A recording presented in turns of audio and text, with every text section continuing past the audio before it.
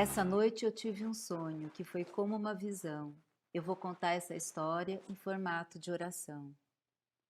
Já se faz mais de ano que o mundo se complicou. Tá morrendo muita gente, não se salva nem doutor. Das notícias de maldade, no meio de tanta tristeza, eu venho falar de sonho, para trazer o que é beleza. Antigamente nós tinha carnaval, e ali tudo podia. As pessoas se encostavam, dava beijo de bom dia. Tinha música tocando, gente dançando, descendo a ladeira, subindo sambando. Nessa guerra de alegria, cada um trazia o que podia. Das espadas de São Jorge às ervas dessa daninha, a natureza benzia a água que a gente bebia. No meio da festa, a história aconteceu. De mãos dadas com a valentia, finalmente o bem venceu. Todo mundo agradecia a chuva que caía, lavando a alma do pobre, enchendo a água das pias. Essa água que caía acordava todos os guias. Eles abriam caminhos na terra que arrefecia. Eu acordei nessa luz e guardei no meu jardim para dividir com vocês o que ainda há de bom em mim. Estamos em mais um podcast Entre Vínculos e este é o nosso 24º episódio. Lembrando que o podcast pode ser ouvido no Spotify, no Google e no site Recriando Vínculos. Hoje é dia 16 de abril e o tema nós escolhemos para conversar é o tema dos sonhos. Iniciamos com uma narrativa escrita pela Kitty Menezes, que está aqui comigo nesse bate-papo. Eu sou Andréa Raquel, psicóloga, e a Kitty é educadora, trabalha com comunicação e é uma multiartista. Por que nós escolhemos esse tema, Kitty? Acho que a gente pode falar um pouco, talvez até como é que você escreveu esse poema, esse cordel. É isto? Como que você está chamando essa produção artística que abriu o podcast de hoje? Oi, André. A gente fala muito de sonho, né, no nosso dia a dia. E eu tinha ouvido um podcast com o Siddhartha Ribeiro, que é um neurologista que tem essa pesquisa. Eu ouvi esse podcast acho que ainda em 2020. E nesse podcast tem um dos entrevistadores pergunta para ele: "Ah, mas e quem não sonha? O que pode fazer?" E aí ele dá a dica. Ele fala: "Olha, antes de dormir, a pessoa pode inclusive pensar em alguma questão que ela quer resolver, que ela quer solucionar e fazer esse exercício." E aí eu fiz. E nessa última semana foi muito interessante porque eu fiz um curso que tinha a ver com cultura popular, que tinha a ver com brincadeiras. E aí tinha um exercício para fazer. Eu falei, eu quero sonhar. E aí eu acordei no dia seguinte, que esse cordel, né? Eu estou chamando de cordel, isso que eu li para vocês. E foi muito legal, porque eu acordei, tipo, 5 horas da manhã, e começou a vir, assim, na minha cabeça, eu falei, nossa, deixa eu anotar, porque na dica, o Siddhartha Ribeiro fala isso, pra gente dormir com um caderninho, um bloquinho, um lápis, uma caneta, qualquer coisa. E aí, a hora que eu acordei, comecei a ouvir essas frases que estavam acontecendo na minha cabeça, eu já peguei o caderninho, comecei a anotar. E comecei a perceber que estava saindo essa coisa do cordel. E falei, gente, é a lição de casa que eu tinha que fazer. E isso aconteceu 2 noites seguidas. Então, eu acho que funciona. A minha experiência diz que funciona. Pois é, muito interessante. A inspiração para o poema foi os sonhos, né? E a inspiração para esse podcast, no sentido da gente buscar alternativas de partilha, de novos caminhos, de novas potências, de novas imagens. Nós pensamos, então, em trabalhar com esse tema dos sonhos em vários podcasts, em vários episódios. Nós estamos abrindo esse episódio hoje para dar continuidade em outros. E estamos inspiradas no livro do Siddhartha Ribeiro, que é o Oráculo da Noite, que é um tratado que esse neurocientista produziu sobre os sonhos. Um tratado muito interessante, nós estamos lendo, eu não terminei, não cheguei à metade do livro ainda, mas recomendo para todas as pessoas que se interessam por este assunto. Será que nós precisamos dos sonhos mais do que imaginamos? E o que são os sonhos? Os sonhos são objeto de investigação, de pesquisa há muitos séculos. A compreensão dos sonhos que a gente tem hoje, em várias áreas, na neurologia, na psicologia, na psicanálise, na sociologia, é que os sonhos são uma espécie de restos de memória, né? Uma espécie também de simulacro da realidade, do nosso dia a dia. Então, os nossos sonhos contêm coisas que a gente vive no dia a dia ou muito distante no passado, e formam uma narrativa que não é uma narrativa muito racional. O sonho tem uma linguagem própria, que não é a nossa linguagem do dia a dia. É uma linguagem cifrada, é uma linguagem com imagens descontínuas, que muitas vezes a gente não compreende, uma linguagem simbólica. A gente pode dizer, como Freud, que foi um dos grandes pesquisadores do sonho, né? Bastante reconhecido, que os sonhos são uma linguagem do inconsciente, daquilo que nós não temos controle. Então, analisar os sonhos ou considerar os sonhos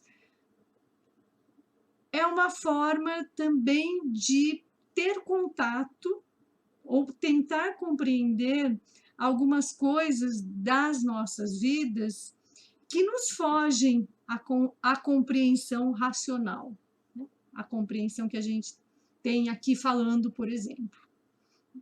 Os sonhos podem ser considerados uma narrativa da imaginação e também uma tentativa de expansão da consciência. Algumas pessoas podem se conhecer, se quiserem, através dos sonhos. E é o que a psicanálise muitas vezes propõe, se a pessoa tiver vontade. O Siddhartha é um grande pesquisador, neurologista, neurocientista, melhor, e ele faz um passeio, assim, uma grande investigação das culturas. Em várias culturas, ele traz histórias da cultura grega, da cultura indígena, de várias culturas indígenas, também dos hindus, e ele faz um percurso, então, uma investigação muito grande sobre a importância dos sonhos em diversas culturas, há muitos séculos. E ele vai concluindo que, na cultura cristã, desde o início do cristianismo, os sonhos vêm perdendo a importância. Eles vêm perdendo um pouco a importância, o interesse dos pesquisadores. Então, é muito interessante nós pensarmos no sonho hoje, como nós estamos vivendo um momento tão difícil.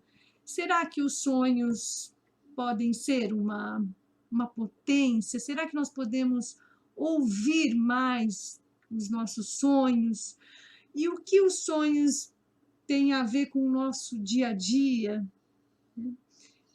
os nossos devaneios, porque nós sonhamos de dia também, né? Nós sonhamos de dia. Eu sonho muito. Eu, assim, era descrita quando eu era criança como aquela criança sonhadora, né? Que desligava o botãozinho e ia para o devaneio. Não consigo falar hoje como é que eu entendo essa divisão da realidade e do sonho, mas para mim, a experiência, como experiência pessoal, era muito isso, assim, de desligar um botãozinho. De repente você entra num processo mais introspectivo e deixa aquilo acontecer, e aí você fica sonhando com coisas que você gostaria que acontecessem, né? Então, sei lá, uma criança, uma menina que ouviu muita história de fadas e de contos de fadas, de repente se coloca no lugar daquela princesa, né? E se a gente for embora nessa narrativa, a gente vai entender muitas questões, muitos desdobramentos disso tudo na vida da gente. Porque o sonho, ele faz a gente seguir adiante, né? A gente não se atém à realidade. E nesse momento que a gente vive uma realidade tão dura e destruidora, o sonho é uma possibilidade de existência, de resistência. Acho que é uma palavra que cabe melhor. É uma maneira da gente lidar com tudo isso que acontece. Né? Sonhar com alguma coisa que possa vir a ser melhor do que esse presente. Então, acho que o sonho ele tem essa potência de transformação, de impulsão, ele impulsiona a gente para alguma coisa que a gente não sabe exatamente o que é, mas a gente vai indo. Então, acho que ele tem. E tem vários filmes que falam de sonho, né? Tem um filme muito interessante chamado Ladrão de Sonhos, que a gente pode até falar sobre esse filme num próximo podcast, mas é a história de um homem que não é mais capaz de sonhar e ele vai tentar roubar esses sonhos das crianças. É um filme do Jean-Pierre Jeunet, filme muito interessante da década de 80. E a gente também pode pensar que os sonhos seriam essa possibilidade que a gente tem de uma conversa com alguma coisa do campo do espiritual, ou de um campo do sobrenatural, ou de um campo de um outro tempo. Depende muito da cultura, né? Que entendem os tempos como tempos paralelos e não um tempo passado, presente e futuro. Então, aí depende muito, são coisas bem mais complexas, mas é muito interessante pensar nessas outras possibilidades de entender tudo isso que ocorre na nossa cabeça de madrugada e que fica, né? Algumas vezes alguns fragmentos só, outras vezes vem o sonho inteiro. E realmente, assim, se a gente pensar, ele traz muitas dicas de quem a gente é, como a Andréia acabou de falar, ou de alguma solução para alguma questão que está ali na cabeça da gente e a gente acorda e fala, nossa, é isso então. Enfim, e talvez nesse sentido a gente possa entender essa ideia de mensagem, né? Que adquire outras narrativas, dependendo da cultura, mas que não deixa de ser uma mensagem, né? Você falando desse modo, me ocorreu assim: se a vida está um pesadelo, porque está, as pessoas estão sofrendo muito, que sonhos nós temos hoje? E há muitos grupos pesquisando esse assunto, grupos ligados às universidades, USP, Universidade Federal do Rio Grande do Sul e Universidade de Minas Gerais, para citar alguns grupos que estão reunidos num livro chamado Sonhos Confinados: O que sonham os brasileiros em tempos de pandemia, da editora Autêntica. Então, se a vida está um pesadelo, muitos de nós vamos sonhar com este pesadelo. Há relatos, há uma espécie de inventário de sonhos já sendo sistematizado que traz os relatos dos sonhos durante a pandemia. Mas, você colocando desse modo, Kitty, me ocorre também a questão: é possível transformar algo nos nossos sonhos? Segundo o Siddhartha, sim. Ele vai propondo uma espécie de programação mental, digamos assim, para que nós possamos ter mais controle sobre os sonhos, acesso sobre os sonhos, ficar mais atentos, ligar nossa memória e trabalhar nossa imaginação durante a noite. Essa é a proposta do Siddhartha. E é bom pensar nisso. Talvez, será? Me ocorre isso agora. O quanto que a gente vem se sentindo desamparado no mundo, do mundo, sozinhos e sozinhas. Talvez uma das potências, existem outras, pudesse ser esta, nos programar ou buscar na noite algum sonho novo. Eu estou pensando alto, porque eu mesma tenho dificuldade, às vezes, para dormir, devido a tantas tensões. Eu não tenho muita facilidade com sono. Então, este é um percurso novo. Porque, em geral, os sonhos que estão sendo relatados hoje não são sonhos muito agradáveis, em função da própria situação, da pandemia e de tudo que está acontecendo. Os sonhos relatados hoje são, por exemplo, você está num lugar tumultuado de gente, numa aglomeração, e todo mundo com máscara e você sem máscara. Ou o contrário, todo mundo sem máscara e você desesperado no meio do tumulto, tentando fugir para não se contaminar com o coronavírus. Esse é um sonho que vem sendo relatado por várias pessoas. Fugindo de alguém com máscara, com uma das máscaras usadas agora na pandemia. Outro sonho bastante relatado é a cidade vazia, ou a escola vazia, chegar na escola e não ter ninguém e ficar desesperadamente procurando alguém. E o outro sonho que eu tenho ouvido com alguma frequência é o sonho apocalíptico. A Terra está sendo destruída, as pessoas estão correndo desesperadamente para todos os lados, tentando se salvar, chamado sonho apocalíptico. Esses sonhos não são sonhos agradáveis e são, claro, um espelho do que está acontecendo, né, hoje. Não sei se é possível alguma forma de cultivar. Eu não tenho essa resposta. Ficamos aí com essa provocação, lançando inclusive essa pergunta para quem está nos ouvindo: que sonhos você está tendo?